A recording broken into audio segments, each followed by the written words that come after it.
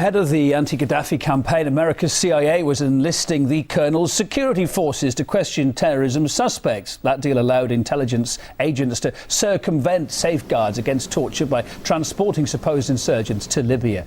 Well, the allegations surfaced after human rights groups in Tripoli found documents outlining CIA and MI6 rendition programs. Let's get some thoughts on this now from Don DeBar, an anti-war activist and New York-based journalist. Don, thanks ever so much for being on the programme with us tonight. Are you surprised by the emergence of these documents?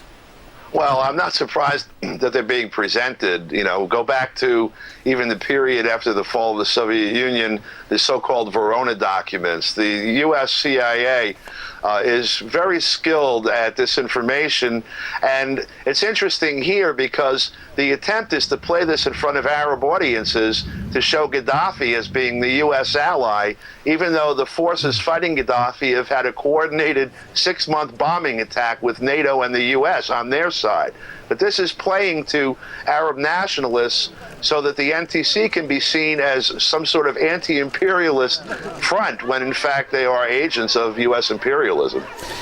Well, you know, I guess as you'd expect, the CIA is denying these allegations as they always do. But if they are true, how should they be investigated?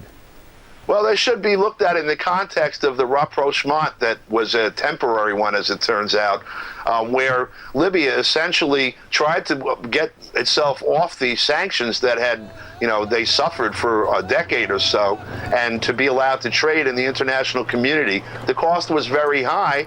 I guess that shows that collaboration with the United States does not guarantee that you'll be able to continue in power, because they turn on you like they did on Saddam Hussein, and if this is true, which I have my doubts about, like they turned on Gaddafi. Do you think the rendition program, if it indeed existed, achieved any results in fighting Al-Qaeda? Well, it's interesting because the allegation is that Al-Qaeda is very heavily nested into NTC. So if that was the case, it would be really ironic that this is the outcome.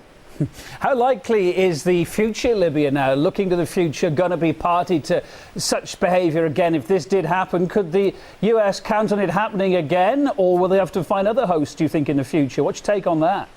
Well, you have, if this group actually ends up being the government of Libya, they came in at the barrel of the U.S. bombers' guns. So, it's going to be hard for me to imagine that they're going to exercise any independence from the United States. I would imagine that the CIA is very well represented in the NTC already. All right, Don DeBar, anti-war activist and journalist, thanks for your thoughts on the programme tonight. Thank you, Kevin.